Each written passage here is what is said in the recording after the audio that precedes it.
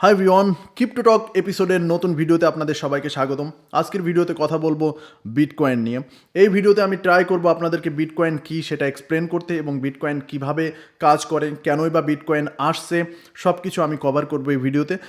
In fact, end of this video, I will try to explain you and I will try to teach you how you can buy and sell Bitcoin even after living in Bangladesh. কারণ আমরা জানি বাংলাদেশ থেকে bitcoin কেনাবেচা করা একটুখানি impossible. সাথেই থাকুন। আচ্ছা, তো চলুন প্রথমে কথা বলি বিটকয়েন কি। বিটকয়েন হচ্ছে কি একটা ডিজিটাল কারেন্সি, যেটাকে ভার্চুয়াল কারেন্সিও বলা হয়। তার মানে হচ্ছে এটা ভার্চুয়ালি এক্সিস্ট করে, অনলাইনে এক্সিস্ট করে, রিয়েল লাইফের কোনো অস্তিত্বই নেই। সো আপনি যদি এটা নিয়ে লেনদেন করতে চান তো অবশ্যই আপনাকে অনলাইনের দ্বারা করতে হবে। তো বিটকয়েনটা বেসিক্যালি ব্লক চেইন টেকনোলজিতে করা ডিসেন্ট্রালাইজ একটা কারেন্সি। তো ডিসেন্ট্রালাইজ কারেন্সি মানে হচ্ছে যে কারেন্সিটা কোনো সেন্ট্রালাইজ গভর্নমেন্ট কিংবা কোনো অথরিটি দ্বারা নিয়ন্ত্রণ করা হয় না। এর মানে হচ্ছে গিয়ে বিটকয়েন কেউ নিয়ন্ত্রণ করে না। টাকা কিংবা ডলার যদি আপনি দেখে থাকেন তো সেগুলো বেসিক্যালি সেন্ট্রালাইজ কারেন্সি, কারণ টাকা বাংলাদেশ গভর্নমেন্ট অথবা বাংলাদেশ ব্যাংক দ্বারা নিয়ন্ত্রিত হয়। ডলারও সেম আমেরিকান ফেডারেল রিজার্ভ দ্বারা নিয়ন্ত্রিত হয়। তো এখন কথা হচ্ছে কি, কারেন্সি সেন্ট্রালাইজ হলেই বা প্রবলেম কি? হ্যাঁ, অনেক প্রবলেম আছে। কারেন্সি যখন সেন্ট্রালাইজ হয় ওই কারেন্সিটাকে চাইলেই ম্যানিপুলেট করা যায় কিংবা চাইলেই আপনি যত খুশি টাকা ছাপাইতে পারেন। আর আমরা জানি যে এটা একটা প্রবলেম। আপনারা হয়তো বা দেখছেন যে ভেনেজুয়েলা, জিম্বাবুয়ের মতো দেশগুলা প্রচুর পরিমাণে টাকা একসময় ছাপাইছে। তো এতে করে কি হয়, ওই দেশের যে অর্থনীতি সেটা কিন্তু পুরো দুর্বল হয়ে গেছে। আপনি যত বেশি টাকা ছাপাবেন আপনার কান্ট্রি কিংবা আপনার টাকার মূল্য তত বেশি কিন্তু কমে যাবে। তো বিটকয়েনটা যেহেতু ব্লক চেইন টেকনোলজিতে করা ডিসেন্ট্রালাইজ কারেন্সি, তো কেউ যদি চায় যে ইচ্ছামতো এই বিটকয়েন প্রিন্ট করবে তো সেটা বেসিক্যালি পসিবল না।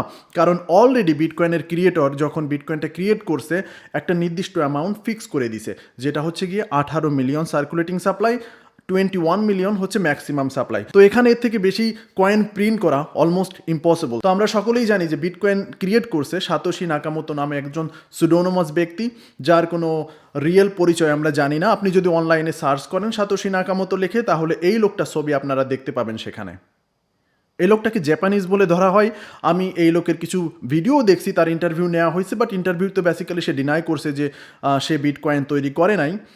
প্রবাবলি অন্য কোনো ডেভেলপার গ্রুপ অথবা অন্য কোনো ব্যক্তি বিটকয়েন তৈরি করে তার নাম ইউজ করছে। তো যেই সাতোশি নাকামোতো হোক না কেন, সে বেসিক্যালি 2008 সালে প্রথম বিটকয়েনের যে হোয়াইট পেপার সেটা রিলিজ করে এবং 2009 সালে সে বিটকয়েন প্রোটোকল রিলিজ করে। তো আমরা জানি যে বিটকয়েনই হচ্ছে গিয়ে প্রথম ডিজিটাল ক্রিপ্টোকারেন্সি, বাট বিটকয়েনের আগেও অনেকেই ট্রাই করছে ডিজিটাল কারেন্সি তৈরি করার, যদিও তারা সফল হয় নাই। আমরা দেখছি 1990 সালে কিন্তু ডিগি ক্যাশ আসছে, but due to rapid expansion DigiCash কিন্তু সার্ভাইভ করতে পারে নাই।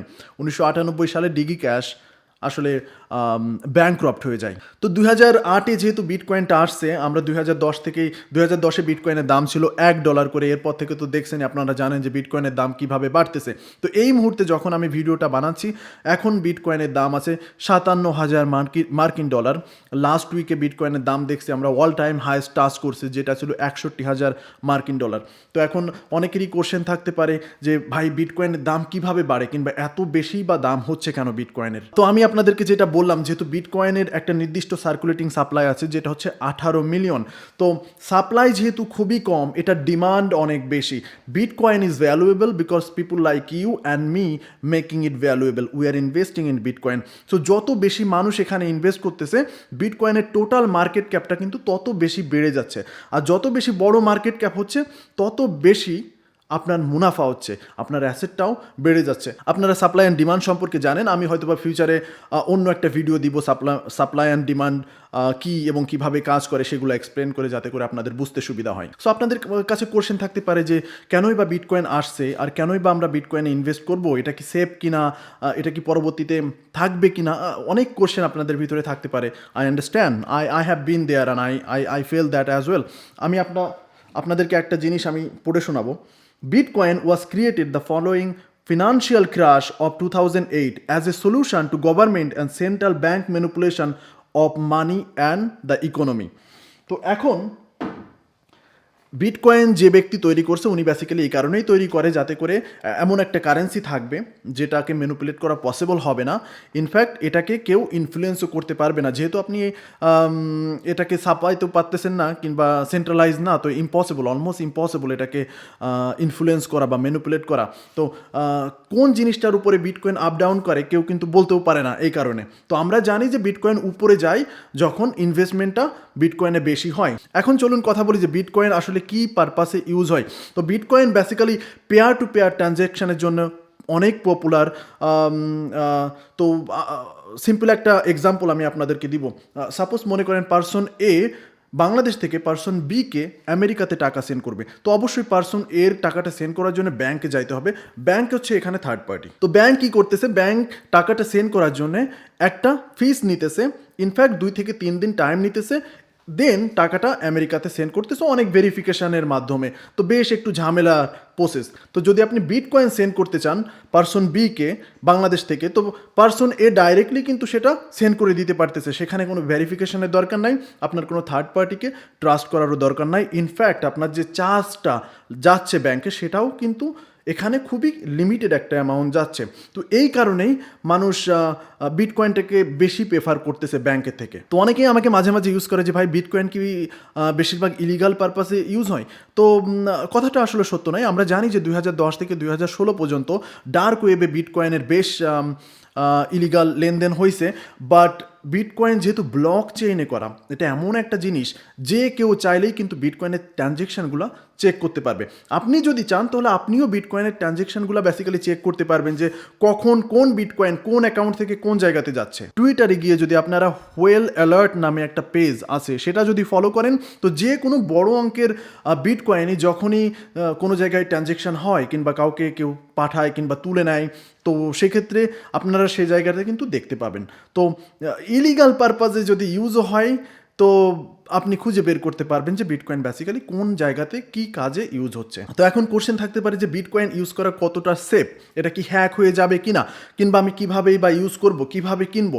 তো সেফের যে ব্যাপারটা, বিটকয়েন যদি আপনারা ইউজ করতে চান আমি অবশ্যই বলবো যে বিটকয়েন যখন আপনারা কিনবেন আপনারা একটা পার্সোনাল ওয়ালেট ইউজ করতে পারেন। ওয়ালেট সেটা সফটওয়্যার ওয়ালেটও হতে পারে, সেটা হার্ডওয়্যার ওয়ালেটও হতে পারে।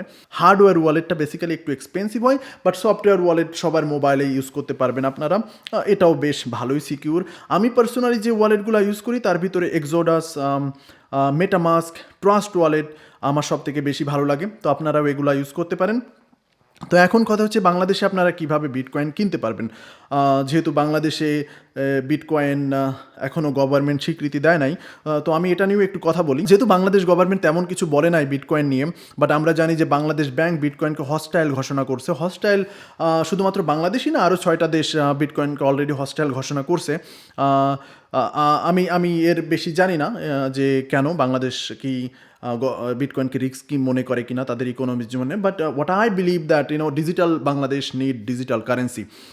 সো ফিউচারে হয়তো বা আমরা দেখতে পাবো যে বাংলাদেশ হয়তো বা এটাকে অ্যাকসেপ্ট করতেও পারে। তো তারপরেও যেহেতু এটা ডিজিটাল কারেন্সি, অনলাইনের মাধ্যমে আপনি কেনাবেচা করবেন, it is almost impossible to ban this currency.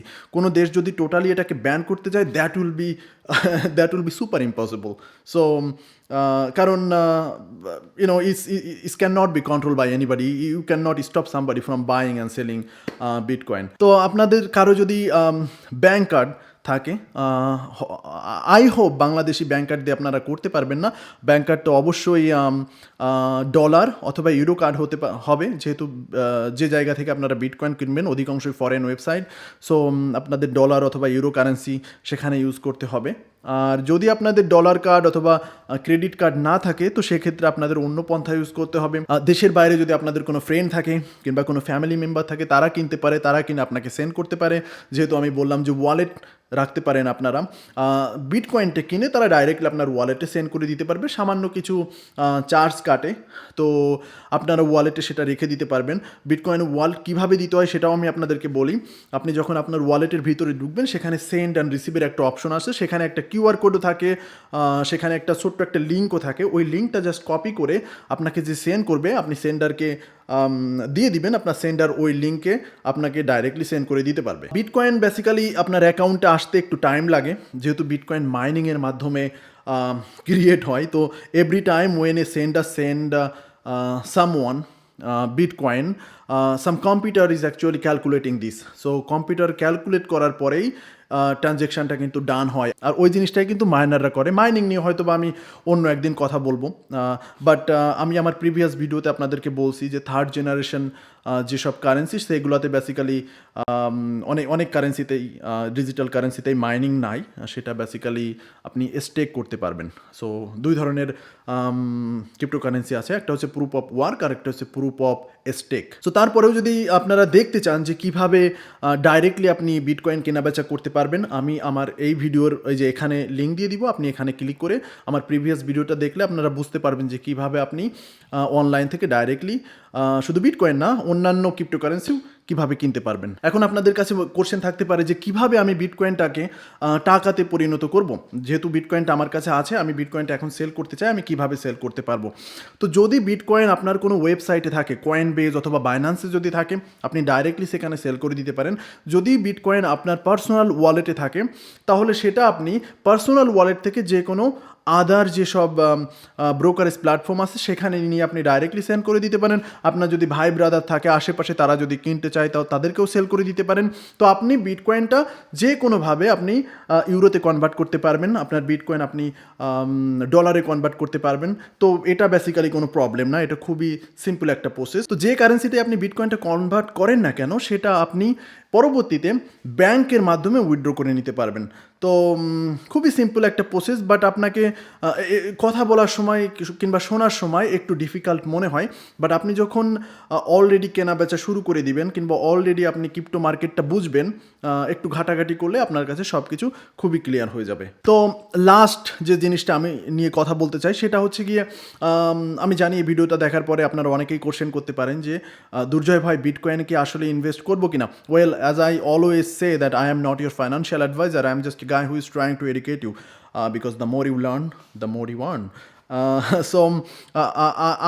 I cannot tell you if you need to invest or not. But as a person, I am investing in Bitcoin. I trust Bitcoin. I feel Bitcoin is far more better than bank. আর আমার কাছে এটাও মনে হয় যে bitcoin basically আগামী 5-10 বছরের ভিতরে আরও সামনের দিকে যাবে। শুধুমাত্র আমি না, অনেক এক্সপার্টরা এটা মনে করে, যারা বিটকয়েন ট্রেডিং করে, অনেক বড় বড় ইনভেস্টররাও এটাই মনে করে বেসিক্যালি। তো সবাই যে বিটকয়েন পছন্দ করবে সেটা না, অনেকের কাছে বিটকয়েন অনেক বিরক্তিকর হতে পারে যে no I don't believe in Bitcoin, I don't trust in the value of Bitcoin. আবার অনেকের কাছে বিটকয়েন একটা রিলিজিয়ান, আপনি তাদের কাছে বিটকয়েনের নামে খারাপ বলেন, তারা হয়তো বা সেটাকে অ্যাকসেপ্ট করবে না কিংবা সহ্য করবে না। For me, I also like Bitcoin as a person. I am trading not only Bitcoin, many other cryptocurrency. So from me, you will always get the positive response. তো I hope Bitcoin নিয়ে বেশ information আমি আপনাদেরকে share করতে পারছি। আমি ভিডিওটা বড় করতে চাচ্ছি না, বাট আপনাদের যদি অন্য কোনো কোশ্চেন থাকে অবশ্যই আপনারা আমার কমেন্ট বক্সে কমেন্ট করবেন। আপনারা আমাকে এটাও বলতে পারেন যে আমি কোন টপিকটা নিয়ে আপনাদেরকে ভিডিও দিব, আমি ট্রাই করবো ওই টপিক নিয়ে ভিডিও বানাইতে। আর যে কোনো কোশ্চেনের অ্যান্সার আপনারা সবসময় কমেন্ট বক্সে পাবেন। Also don't forget to like this video, because that is going to give me some support and I will get some motivation to make some more video. ফেসবুকে আমাদের একটা গ্রুপও আছে, যে গ্রুপটার নাম হচ্ছে crypto investment Bangladesh. So I will put the link down below, আপনি সেখানে join করতে পারেন। আমরা সবসময় সেখানে অ্যাক্টিভ থাকি। সো আজকের মতো এই পর্যন্তই। সবাইকে ধন্যবাদ ভিডিওটা দেখার জন্য। আমি আবার হাজির হব নতুন ভিডিও নিয়ে। So that's it, by.